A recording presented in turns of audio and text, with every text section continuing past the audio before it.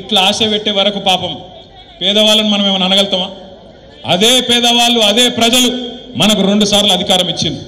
3వసారి ఇవాళ ఈ దుర్మార్గమైన కాంగ్రెస్ పార్టీ చేతిలో మోసపోయినరు. ప్రజల తప్పు లేదు. ప్రజల తప్పు ఎంత మాత్రం కాదు. మనమే చక్కగా చెప్పుకోలే, మనం చేసిన పని చెప్పుకోలే.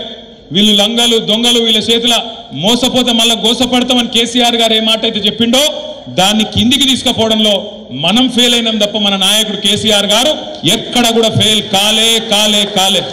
కేసీఆర్ అద్భుతంగా పనిచేసిండు కాబట్టే ఇలా భారతదేశంలో నంబర్ 1 ముఖ్యమంత్రి ఎవరు అని ఆర్టిఫిషియల్ ఇంటెలిజెన్స్ లో ఒకటి ఉంటుంది, గ్రాక్ అని. ఇవాళ రేపు వచ్చింది గ్రాక్ అని. ఆ గ్రాక్ని అడిగి 75 సంవత్సరాలలో నంబర్ 1 ముఖ్యమంత్రి ఎవరంటే ఆ గ్రాక్ కూడా చెప్తున్నది కేసీఆర్ నంబర్ 1 ముఖ్యమంత్రి అని. అందుకే నేను అంటున్నా, ఇవాళ మళ్ళీ తిరిగి ఈ గులాబీ జెండా ఏదైతే తెలంగాణ ప్రజల గుండె ధైర్యంగా ఉన్నదో ఈ గులాబీ జెండా మళ్ళీ ఎగరాలనేది నాకు మంత్రి పదవి రావడానికో వేదిక మీద కూర్చున్న వాళ్ళు కొంతమంది ఎమ్మెల్యేలు అయితే అందుకో ముంగట్టున్న మా ఆడబిడ్డలు కొంతమంది లీడర్లు అయితే అనుకో కాదు. ఇవాళ గులాబీ జెండా తిరిగి ఎగరాలి అనేది ఒకే ఒక్క కారణంతో, కేవలం ఈ తెలంగాణ ఏ తెలంగాణనైతే కేసీఆర్ సావు నోట్లో తలబెట్టి 1000-1200 మంది పిల్లలు తమ ప్రాణాలు ఇచ్చి తెచ్చిండ్రో దుర్మార్గుల చేతుల్లో ఇవాళ ఆగమాగమైతుంటే తిరిగి ఈ తెలంగాణను కాపాడాలంటే ఒకే ఒక్క నాయకుడు వల్ల సాధ్యం. ఎవరా నాయకుడు? అగో అందుకు కావాలి తప్ప 10 ఏళ్ళు కేసీఆర్ గారు ముఖ్యమంత్రిగా చేసిరు. ఆయనకేం పదవుల మీద మోజు లేదు, ఆయన కొత్తగా వచ్చే పదవి ఏం లేదు. ఆయన నేను కానీ ఇవాళ ఈ వేదిక మీద కూర్చున్న మనందరం కానీ తెలంగాణ ప్రజలు కానీ కోరుకుంటున్నది ఇవాళ టీఆర్ఎస్ బీఆర్ఎస్ తిరిగి గెలిచి రావడం అనేది చారిత్రక అవసరం. ఆనాడు 24 ఏళ్ల కింద టీఆర్ఎస్ ఎట్లయితే ఒక చారిత్రక సందర్భంలో పుట్టిందో ఇవాళ తిరిగి టీఆర్ఎస్ గెలవడం కూడా మన కోసం కాదు, ఖచ్చితంగా తెలంగాణ ప్రజల కోసం మనం గెలవాలి, నిలవాలి. కాంగ్రెస్ ను బీజేపీని ఎండగట్టాలి, ఊరూరా కలిసి కొట్లాడాలి. మనోళ్ళు కూడా అప్పుడప్పుడు చెప్తా ఉన్నారు, అన్న కొన్ని చిన్న చిన్న పొరపాట్లు అయినాయి, కొన్ని చిన్న చిన్న తప్పులు అయినాయి. అవును, అందరం మనుషులమే, కొన్ని తప్పులు అయినాయి, కరెక్టే.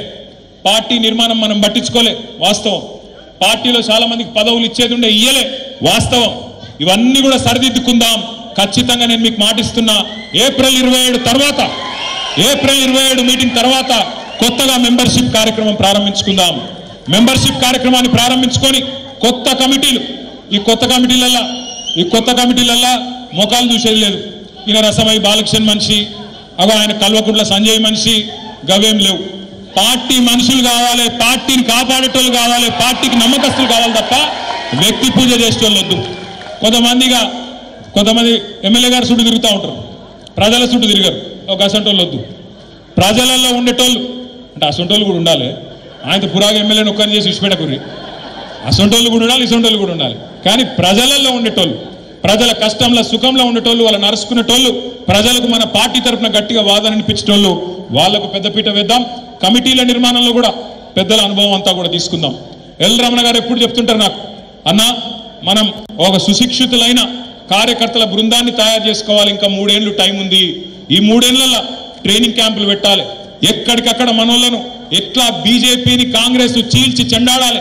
నరేంద్ర మోడీ ఎట్లయితే తల్లిని చంపినరు, బిడ్డను బతికిచ్చిండ్రు అని చెప్పి విషపు మాటలు మాట్లాడిండో అవన్నీ చెప్పాలి. బీజేపీ మోసాన్ని కూడా ఎండగట్టాలి, కాంగ్రెస్ మోసాన్ని కూడా బయట పెట్టాలి అన్న రమణన్ ఎప్పుడు చెప్తా ఉంటాడు. ఒక్కొక్క వర్గానికి ఎట్లెట్లా అన్యాయం జరిగింది. చేనేతలు కావచ్చు, గీత కార్మికులు కావచ్చు, ఇవాళ రాష్ట్రంలో మత్స్యకారులు, ముదిరాజులు కావచ్చు, గంగపుత్రులు కావచ్చు, గొర్రెలు ఇస్తారని చెప్పి ఎదురు చూస్తున్న యాదవులు, కురుమ సోదరులు కావచ్చు, ఒక్కొక్కరికి ఎట్లా అన్యాయం జరిగిందో లెక్కలతో సహా చెప్పే సత్తా మన కార్యకర్తలు సంతరించుకోవాలి, మన నాయకులు సంతరించుకోవాలి. ఎవరిని ఇట్లా ముట్టుకున్నా ఏదో ఉత్తగా మాట్లాడమన్నట్టు మాట్లాడు కాదు, బూతులు తిట్టుడు కాదు, సబ్జెక్టుతో సహా మాట్లాడే సత్తా, సబ్జెక్టుతో సహా వివరించే సత్తా మన నాయకులు సంతరించుకోవాలి, మన కార్యకర్తలు సంతరించుకోవాలి. దానికోసం ఇప్పటికే మనం కట్టుకున్న 32 జిల్లా పార్టీ ఆఫీసులు ఉన్నాయి. ఆ పార్టీ ఆఫీసులన్నింటినీ యాక్టివేట్ చేద్దాం. ఏ జిల్లాకా జిల్లా శిక్షణ కార్యక్రమాలు పెట్టుకుందాం.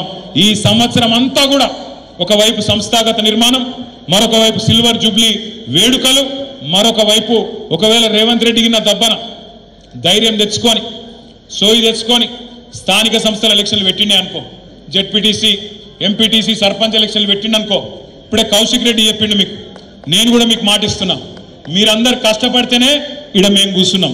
మీకోసం ఇప్పుడు మేము కష్టపడే టైం వచ్చింది. తప్పకుండా గల్లి గల్లి తిరుగుతాం, చెమట వడుపుతాం, గల్లి గల్లి తిరుగుతాం. మీ గెలుపులో మేమందరం కూడా మీకంటే ఎక్కువ కష్టపడతాం. ఇది నా మాట. అన్ని రకాలుగా మీకు అండగా ఉంటాం. మీరు గెలిచి వచ్చే విధంగా పనిచేస్తామని చెప్పి కూడా నేను మాటిస్తా ఉన్నా. చివరిగా నేను ముగించే ముందు మీ అందరితో ప్రార్థన ఒకటే. కరీంనగర్కి వచ్చి ఎక్కువ తక్కువ మాట్లాడితే నడవదు. ఎందుకంటే మీరు బాగా చైతన్యవంతులు, బాగా హుషారు. మీరు ఎక్కువ మాట్లాడగానే ఒక్క మాట చెప్పి నేను ముగిస్తా. ఎందుకో కానీ పోయినసారి కరీంనగర్లో మనం మెజారిటీ సీట్లు గెలవలే. 13లో 5 గెలిచినాం, 8 పోయినాయి.